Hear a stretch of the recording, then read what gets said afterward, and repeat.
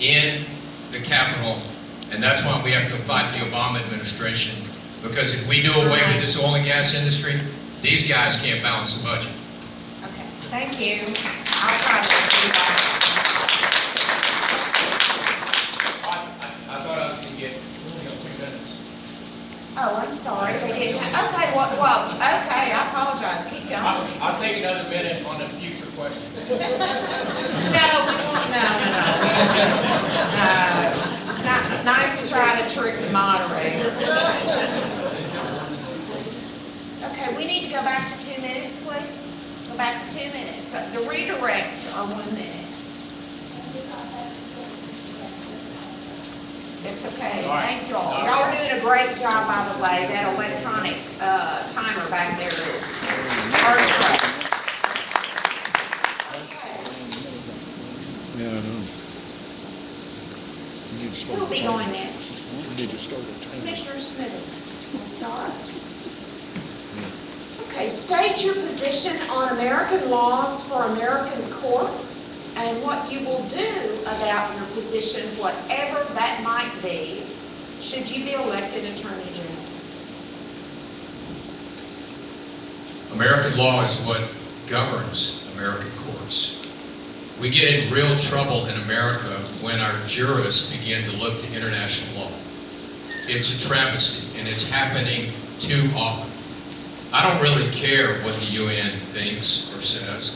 I don't really care what international law thinks or says. America is a unique institution. We have our own declaration, our own constitution, and our own laws for us. Here's an example of why this gets us into trouble. If you'll go back and read Roe versus Wade, decided 40 years ago, the majority in that opinion wrote that they looked to a recent British law in determining that abortion would be legal up to the 3rd trimester. After recounting thousands of years worth of American jurisprudence and medical practice, in one paragraph, the judge turns on a dime and points back to a 4-year-old law in the UK. We can't allow that to happen. As your next Attorney General, I won't really care what international law is. I care about American law.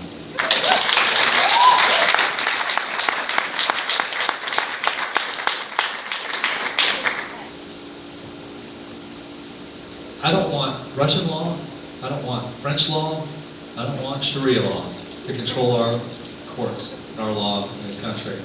And that's why I volunteered to carry this bill that she's referring to, and I actually joined author with Senator Corona, this very bill, to make sure that we only follow American law. And you know, it's becoming more and more a problem with liberal activist judges. We talked about activist attorney general, very different. Activist judges are judges are supposed to follow the Constitution, they're supposed to follow statutes, they're supposed to follow precedents. Activist judges go beyond all of that, and they make up their own law. Or they refer to international law. And let me just tell you, there's no other country that I look out there and I want to be like. And I don't want to follow their laws. The process that the founders put in place here, to put law in place, is based on a balance of powers. And as a result, there's a tug of war between the houses and between the governor, and it creates a process of, creates a good process. We need to follow American law, and I would have been happy if this bill had passed last time, and I'm hoping that it'll get filed. I'm not sure it got filed in the House. There may have been a bill in the House. But the challenge we have in the Senate, we need 21 votes. We have 31 senators. We need you to help us elect 2 more Republicans, including maybe that seat in Tarrant County. If you could send some money to the Republican over there so we can have at least 1 more Republican senator. This is a bill we need to pass. Absolutely. American law is what the Attorney General should be looking at. Obviously, Texas and American law. In fact, we're having a hard time with that, Sharon and Joanne. It seems to me that our current U.S. Attorney General has enough trouble focusing on the notions of federalism and the role of the national government versus the state government. So I think we need to have all of our attorneys general across the nation, and particularly our U.S. attorney and the Department of Justice, pay a lot more attention. They better start taking on their Constitution, and maybe they ought to get another copy of the Federalist Papers and start studying the Bill of Rights and the Constitution and focus on American law. We don't need to be focusing on Sharia law. We don't need to be focusing on international law. We do, and as your Attorney General, and with the power of the Attorney General opinion, which is a very important power for the Attorney General, because people look to your state's top lawyer for his opinion. And so for someone like General Abbott, who's been practicing his whole life and been a judge and a lawyer, when he writes an opinion, and as your future Attorney General, when I write an opinion, it will be based on United States law and Texas law. And we will look at the clarity of the regulations versus the statute versus the Constitution. And the reason this is so important is, in order to keep the Texas miracle alive, it's not only low taxes that have brought people here, it's sensible, light, reasonable regulations. And the Attorney General plays a very important role in helping to keep this notion, this legacy we have in our state of limited government, which is what's attracting people here. So we want our regulations light and reasonable and sensible. We don't want, if we were a football game, we don't want the referees throwing flags all the time. We want simple rules, and then we want to let the players play. That's our industry. That's our enterprises. And that's what attracts people here because of this notion of free enterprise that we hold dear in the Lone Star State.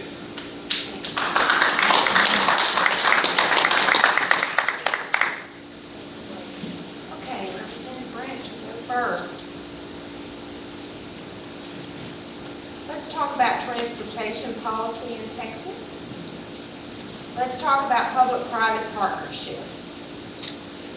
If you're elected Attorney General, would you explain what your perception is today about public-private partnerships and the way that debt is leveraged in the public-private partnerships as it pertains to transportation? Well, the issue is bringing the private sector in to partner with the public sector to advance our transportation system. And this is a notion that Governor Perry championed many years ago, and there was a lot of pushback, partially because of the negotiations that were going on, and the private sector was out negotiating TxDOT in the public sector. The other concern was private property rights issue, and this whole issue of condemnation, and what we talked about earlier, this really, really high hurdle that should be in place any time a government wants to take your property. So as your Attorney General, while I would be bound to enforce the law and wait upon the legislature to make their decision, and this issue has moved around a little bit, as you may know. We've had the allowance of some public-private partnerships. The goal was to not raise fees or taxes in order to do transportation. The idea was to bring in the private sector, and maybe government would actually be more efficient. And so we've had some projects that have been executed, and we've had some also pushback from various parts of the state that have said, no, we don't want to put on this debt, we don't want to enter into public-private partnerships, and we don't want to have toll roads, but we just want to have free highways. And so that's a robust debate that's going on in the legislature, even up through the latest special session. As the Attorney General, it would be my job to enforce those laws. And I would say, as a statewide leader, that it would be very important, in my perception, that we continue to have good transportation, whatever the details are, again, in order to make sure we keep our economic miracle alive. We need to make sure that people can get around and that goods and services can get around. And certainly when we've got oil and gas industry doing so well, we need to make sure those roads are safe in places like the Eagle Ford Shale and in the Permian Basin.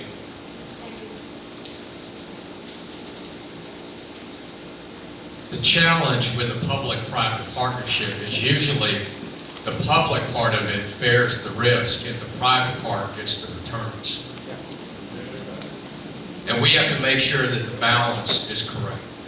When you're bringing public dollars, you're bringing dollars that are so precious, dollars that deserve to share in the upside. Some of these remind me of what we've seen happen with the big banks, where the big banks are guaranteed to be bailed out if they play with your money that has federal deposit insurance behind it. They can strive for high returns, and if they get it, great for their shareholders. If they don't, bad for the public. As your next Attorney General, I'll make sure that these public-private partnerships are fair to the public part of this, because we're taking your money and we're putting it into an enterprise that you deserve as much of a return as the private part, if not more.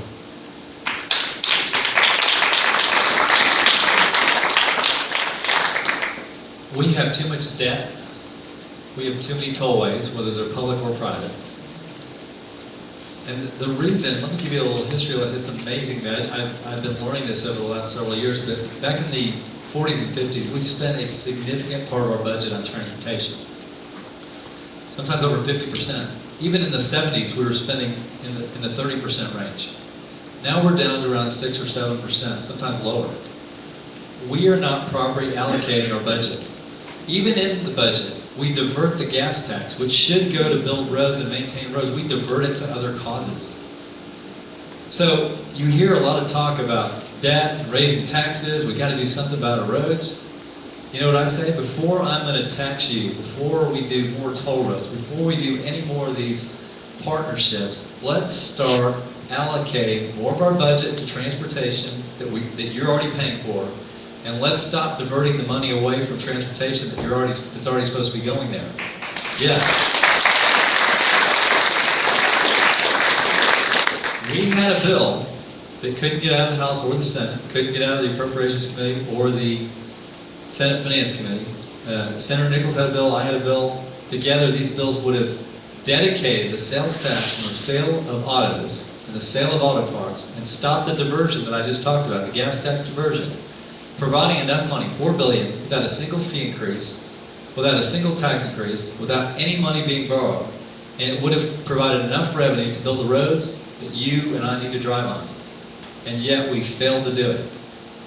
I hope that next session those two bills can get to the floor, because those two bills are the two best bills that I've seen since I've been in the legislature, and they begin to solve the problem without toll roads, without public-private partnerships, and without taxes.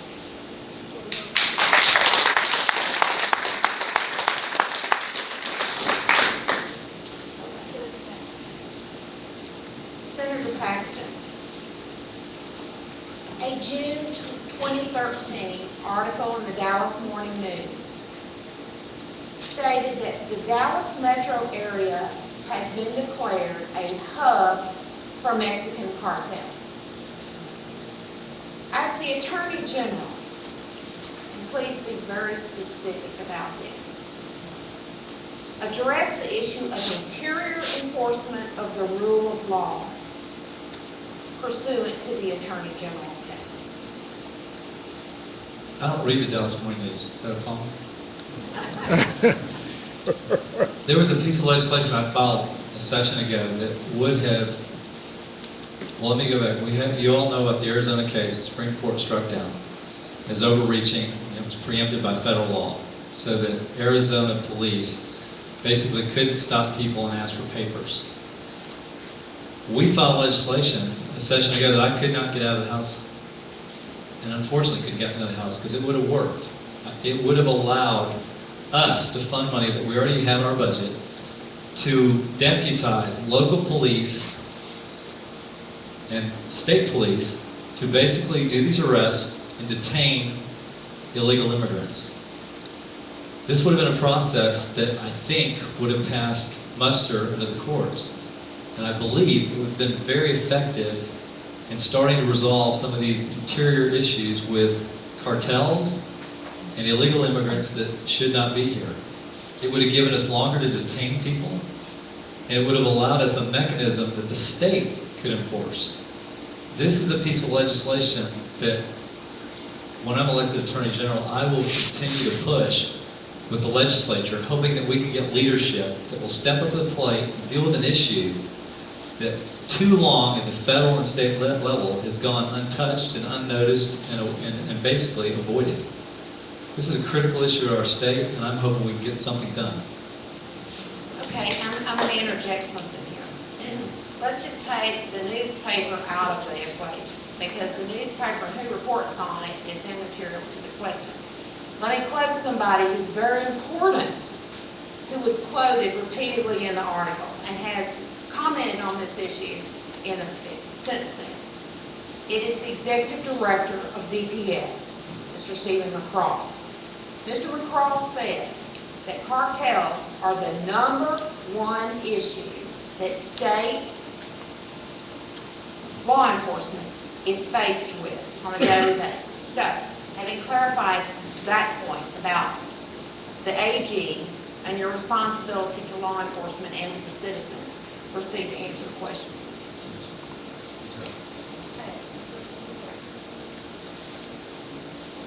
Yeah, absolutely, I agree with the comments that Ken made about we need to have the ability of local law enforcement to ask these questions.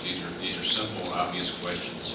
Of course, the core issue, which is something I talked about earlier. The core issue is we can't have a federal government that's looking the other way. One of the things that we've done in the legislature, we have tried to stop these cartels, try to prevent this at the border. We have a long international border, as everyone knows, and so we've spent over time $500 million has been sent down to local law enforcement trying to back up what the national government should be doing. That's the federal government. That is one responsibility that the founders gave to the federal government, is to protect our international borders.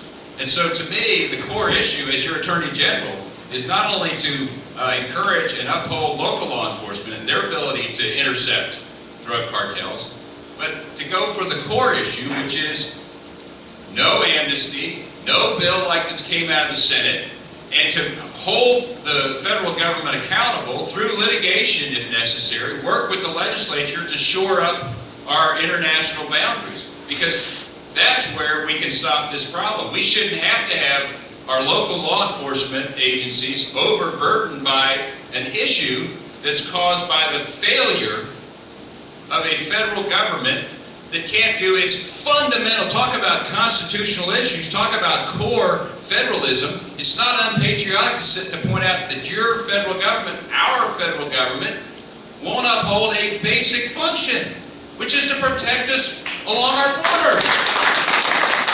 It's outrageous. It's almost as outrageous as the IRS targeting individual American citizens. So that's what I'll do as Attorney General, stand up to this federal government. If you have one of my push cards or you've been to my website, which is barryfortexas.com, you see that my highest priority is prosecuting border crime. The Attorney General can assist local DAs in prosecuting crime. This will be one of the highest functions that I will put time, energy, money, and resources on. And it doesn't have to be immigration crime, it can be any crime. DWI, theft, trespass, loitering, vagrancy, setting an illegal campfire. I don't care what it is, we ought to be prosecuting it. I was down in the valley about 2 weeks ago, meeting with some Republican landowners who have property along the river. They say, you have no idea how bad it is. We will not go out on our property at night. How can that be happening in America? How can it be the case that property your family has owned for 100 years, you're too afraid to go out on? It's unacceptable. And so what do we have to do? If we can't stop them at the border, when they come across and break the law, we got to put them in jail. We got to go after every piece of infraction that we can. Because after they clear the border area, that's when they end up in Dallas or Houston or Tyler. A recent Court of Appeals case out of the district in Richmond, Virginia, said that two policemen who had stopped for questioning an illegal immigrant who had an outstanding civil warrant for an immigration violation could not detain her. That's ridiculous. A person with an outstanding violation can't be detained.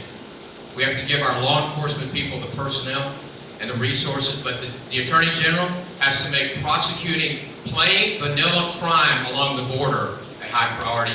And as a former prosecutor, that's exactly what I'm going to do when I'm your next Attorney General.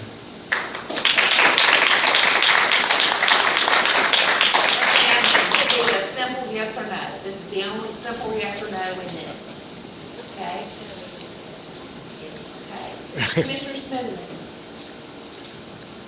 do you or do you not support a complete ban on sanctuary cities in the state of Texas? I support a complete ban on sanctuary cities. Yes. Complete ban. Simply put, yes. Okay. Yes. Okay. Okay, and this is a question that came through the chat room, and we've had several people ask this question.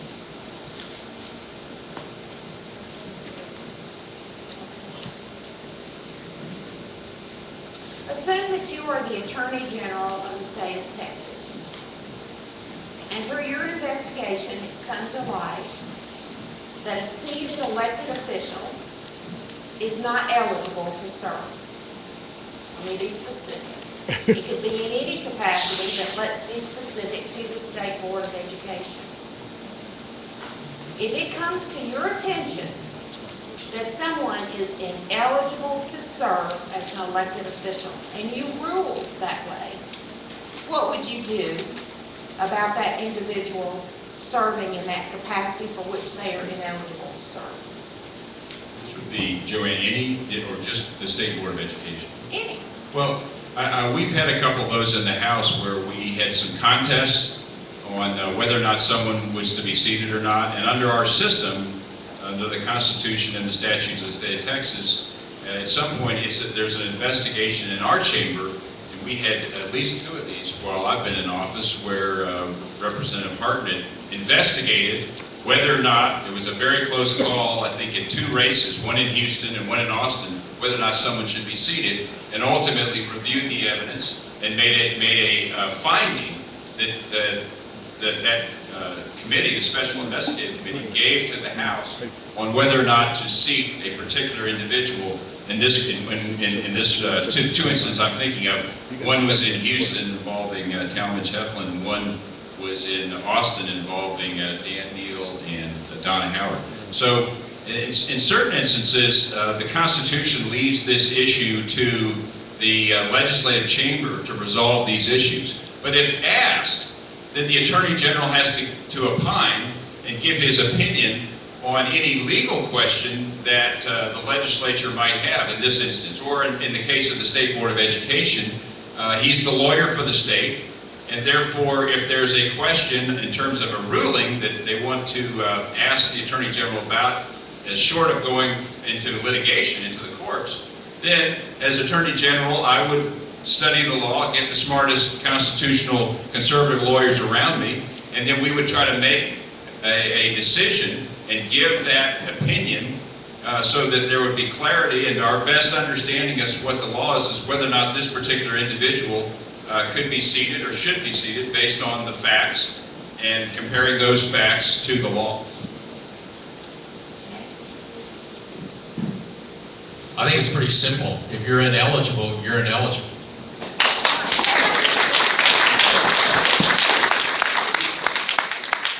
When I was the chairman of the PUC, I couldn't have any investments in utility companies, period. I couldn't have a contract with a utility that we regulated. After I left the PUC, I could not appear before the PUC for 2 years. Same with the Railroad Commission. Every office has a set of criteria. If you're not willing to comply with those, don't take the job.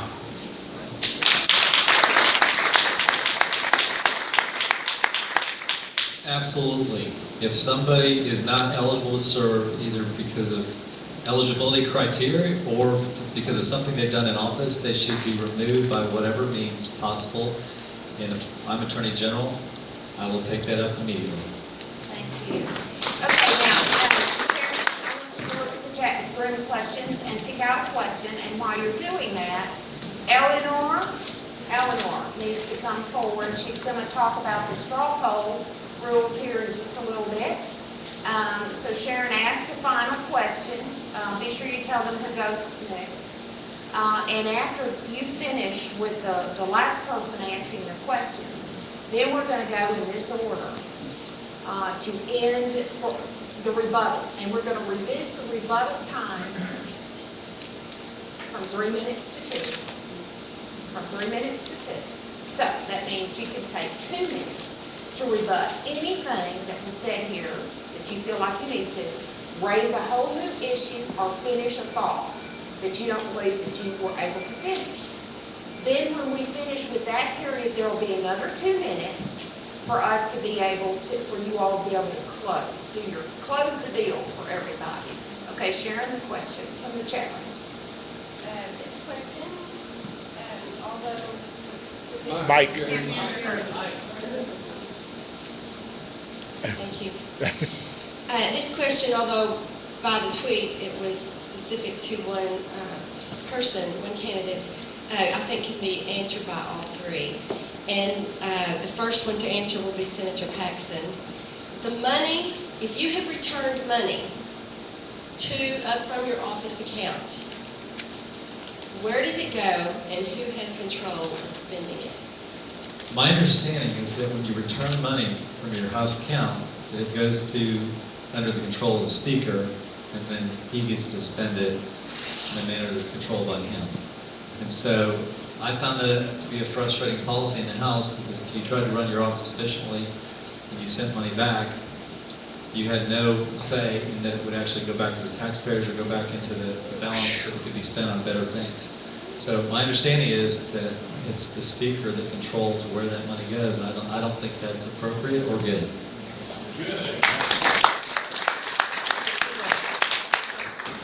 That's my understanding as well. I don't know the practice in the Senate and whether or not Senator, not serving in that chamber, can serve as both, and is new to the Senate. But in the House, that's my understanding, that it goes back to the account of the House of Representatives, which the Speaker controls. And I guess if you were looking for the silver lining there, we won't be having to spend further appropriations on the legislature, at least on the House side, because of the savings. So I still think, for me in my office, we've tried to uphold the practice of turning money back in each biennium, because that's the most I can do, given I'm a House member. But how the Speaker chooses to use that, my understanding is that the Speaker does have the ability, if that's the Speaker's will, to turn that back into the general fund. I'm not sure of the Senate practice, and maybe Senator Paxton. At the Railroad Commission, most of our money comes from an assessment on the oil and gas industry. Of course, the money goes over to the comptroller, and we have to go over and then request it from the legislature to appropriate it back to us. I don't know why we don't just get it directly. It's coming from the industry to fund activities that relate to the industry. The money that I've saved in